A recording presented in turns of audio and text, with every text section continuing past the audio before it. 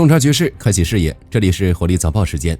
乌提设立非军事区，俄拒绝20点和平计划。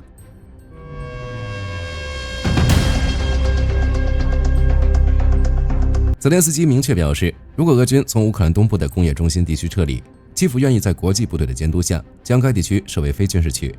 卢甘斯克和顿涅茨克这2个地方始终是和平谈判中最棘手的症结。泽连斯基的方案非常务实，既然俄方声称是为了安全，那就由国际社会来接管安全。美国方面提出在该地区建立自由经济区的构想，用经济发展来替代军事对峙。乌克兰的和平蓝图甚至更进一步，泽连斯基提议也应该将核安全的关键争议扎波罗热核电站所在的安赫德市也设为非军事化经济区，用经济遏制冲突，无疑能达成双赢。但在让人失望这方面，俄罗斯从来没有让人失望过。克里姆林宫发言人佩斯科夫直接回绝了泽连斯基的20点和平计划，并声称俄罗斯的立场非常清楚。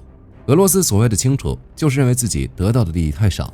他们抱怨和平计划没有保证北约停止东扩，没有承诺乌克兰保持中立，没有限制乌克兰武装部队的规模，甚至想要对现有的和平草案进行根本性修改，要求保留其侵略所得。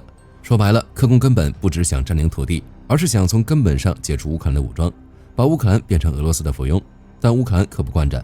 乌克兰国家安全局公布的视频证实，他们利用配备空包弹头的新型无人机，在俄罗斯南部的叶伊斯克空军基地成功点杀一架罕见的俄罗斯 IL-38N 反潜机。无人机在反潜机上方引爆，释放了约2000枚破片，精准摧毁了飞机的主设备、雷达舱、黑军引擎。安全局透露，这架代号海龙的侦察机是俄军黑海舰队的千里眼，专门负责侦测水下目标。打掉它，俄军黑海舰队几乎成了瞎子。俄军现在仅有约8架 IL-38N， 损失任何一架都意味着监控能力的重大缺口，这让乌克兰的水下猎杀变得更加从从容容、游刃有余。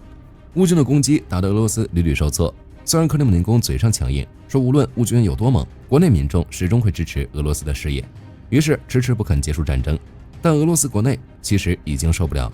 独立机构列瓦达中心的最新民调显示，仅有 25% 的俄罗斯人支持继续战争，这是自全面入侵以来的历史最低点。另外有 66% 的受访者认为应该走向和平谈判。即便是俄罗斯国家控制的机构公共舆论研究中心，也不得不承认 55% 的俄罗斯人预计战争将在2026年结束，或者说希望会在2026年结束。他们迫切希望恢复正常生活。尽管俄罗斯官方数据仍显示普京有高支持率，但在火力军看来，这更多是俄军长期宣传下的表象。现在的俄罗斯人已经觉醒了，他们厌倦了这场毫无意义的侵略，不想再为普京的野心买单。今天的早报到这儿就结束了。大家认为俄乌共建的非军事区以及自由经济区能否实现？后续局势发展，我们将持续关注。我是火力军，下期见。好的，各位观众朋友们，我们频道一直在聊真实的军事资讯和武器装备，后台也经常有朋友问，有没有值得推荐的入门级模型？今天就和大家分享一款近期接触到的产品。首先，它的外形还原度做得相当不错，比例准确，武器上的一些关键细节和标识也都有体现，材质也说得过去，拿在手上有不错的分量感。其次，它具备一定的可动性，对于理解基础操作原理有一定帮助，让它不仅是个静态摆件。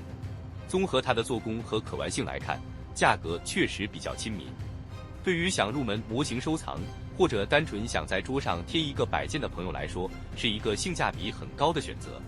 商品链接已经给你们上了，感兴趣的朋友可以自行了解。